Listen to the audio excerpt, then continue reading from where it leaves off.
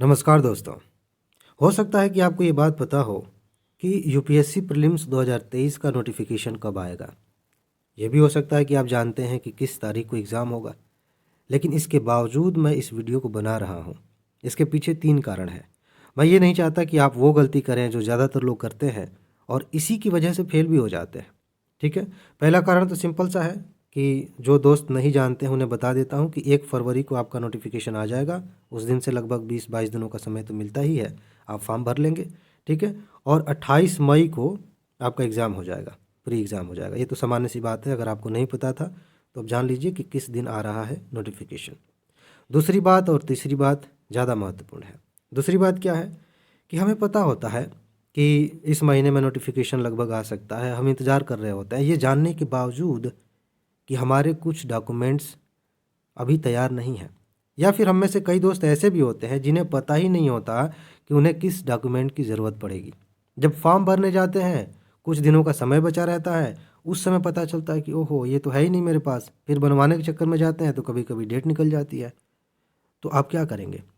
आप एक बार देखिए कि जिस कैटेगरी में आप हैं, क्या उस कैटेगरी में कोई डॉक्यूमेंट चाहिए यूपीएससी को? अगर चाहिए तो क्या आपके पास है? है तो कौन सी है? कहीं ऐसा तो नहीं कि एक्सपायर हो चुकी है, चाहिए ही नहीं। इसके बारे में जानकारी इकट्ठा करना बहुत ज़रूरी है। अदरवाइज़ क्या होता है ना, साल भर मेहनत किया, छोटी सी गलती, उसकी वजह से हम एग्ज़ाम नहीं दे पाते। समझ रहे हैं ना?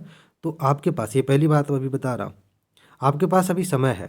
एक बार चेक कर लीजिए और चेक करने के बाद आप देखिए कि आपके पास कौन कौन से डॉक्यूमेंट्स हैं, कौन से नहीं हैं। नहीं है तो उन्हें बनवाइए। ठीक है? दूसरी बात दूसरी बात यह है कि हम में से बहुत सारे लोग सोए रहते हैं। जिस दिन फॉर्म भर देंगे उस दिन वो जागते हैं कि समय नहीं बचा है, अब क्या करें, कैसे पढ़ाई करें।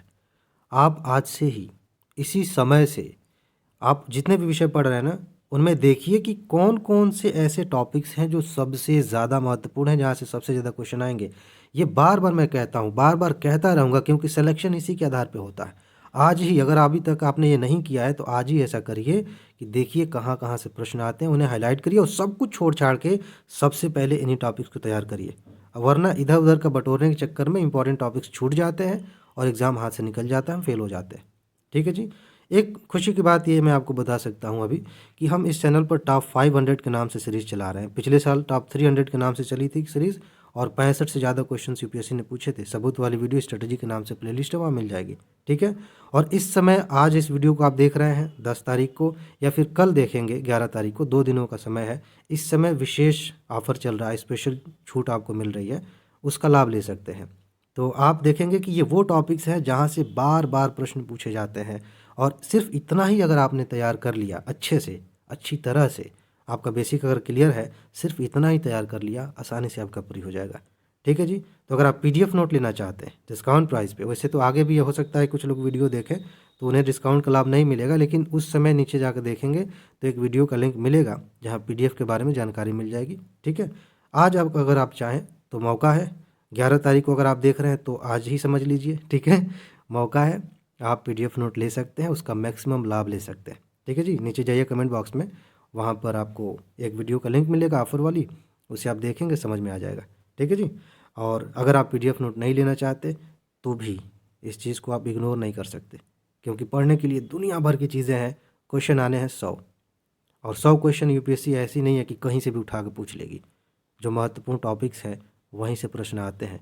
आप पिछले साल के प्रश्न देखेंगे, आपको सब कुछ समझ में आ जाएगा। ठीक है जी? तो इस पे काम करिए, चाहे जैसे भी करिए, करना तो यही पड़ेगा, क्योंकि ध्यान रखिएगा, क्योंकि इस बार आपको सफल होना है, और सफल होना है तो ये स्ट्रेटजी अपनानी ही पड़ेगी। चाहे इस साल अपनाइए या फिर बाद में पछताने के बाद अगले साल अपनाइए। मैं नहीं चाहता हूँ कि अगले साल की नौबत आए, इसी साल आपको सफल होना है। इस पे काम करिए, सफल हो जाएंगे। ठीक है जी? तो बस इसमें इतना ही है। अपना ख्याल रखिए, खुश रहिए, मस्त रहिए, मुस्कुराते रहिए, जल्दी से सफल होइए और ज़िंदगी को एंजॉय करिए। आगे मिलते हैं। नमस्कार।